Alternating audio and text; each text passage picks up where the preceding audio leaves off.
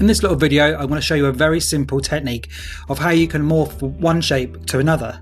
So the first thing is to create a new composition, give it a title,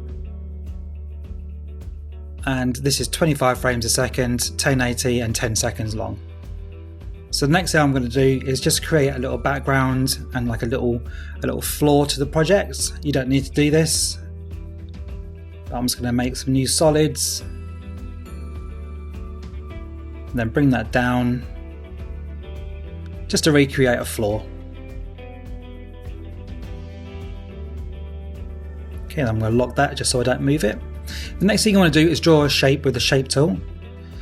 So I am going to, I make sure that the colour is, yellow. You can have whatever colour you like. So I'm just going to draw a shape and then just bring that down a little bit, just so it looks like it's sitting on the floor. We're just going to label that star. Okay, so the next thing you're going to want to do is, with the shape tool, draw another shape. So in this example, I'm going to draw a square. And you'll notice that there's another box and it says rectangle 1. So just call that square. And I'm just going to change the order around a little bit, because I want to go from star to square.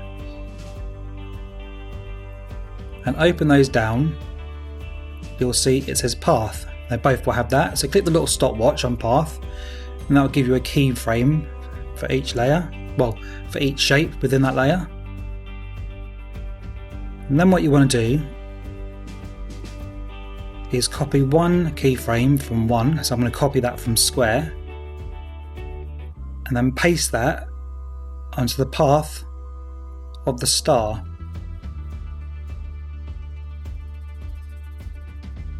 So the next thing I'm going to do is delete or clear the square. And now if you go back and forth between the two keyframes, you'll see that it's going to morph now between the two. So that really is the effect, and that's how simple it really is. It's probably one of the most simple effects you can do inside After Effects.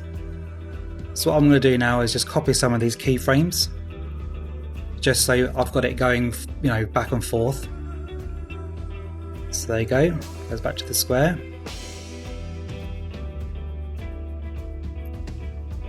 And then keep copying these keyframes just to create the full sequence. So copy those, just check it.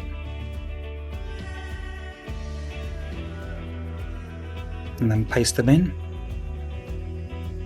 And if you scrub through the timeline, you'll now see that it's going between all the shapes.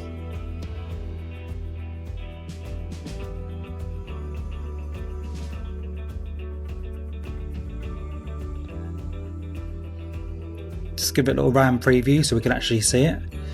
So as you can see, it's going from star to square, star to square, star to square, and so on.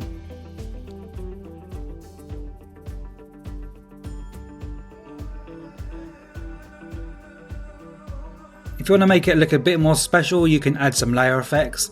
So I'm just going to add a little basic stroke. Try and make it match a bit better. Give it like an orangey, like a yellowy orangey colour. Just bring the size up a little bit. It's quite hard to see what's actually going on here because it's only very subtle. And then maybe what we can do is add in an inner glow.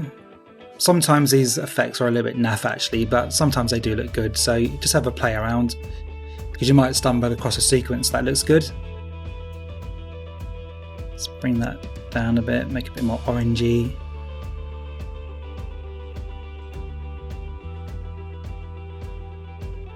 There you go, bring it up a little bit just so you can see it a little bit more. And you get an idea of what's going on here. It's just a few layer effects to help sort of like enhance the shape moving. Let's change that a little bit. Then just go back and forth just to see what it looks like.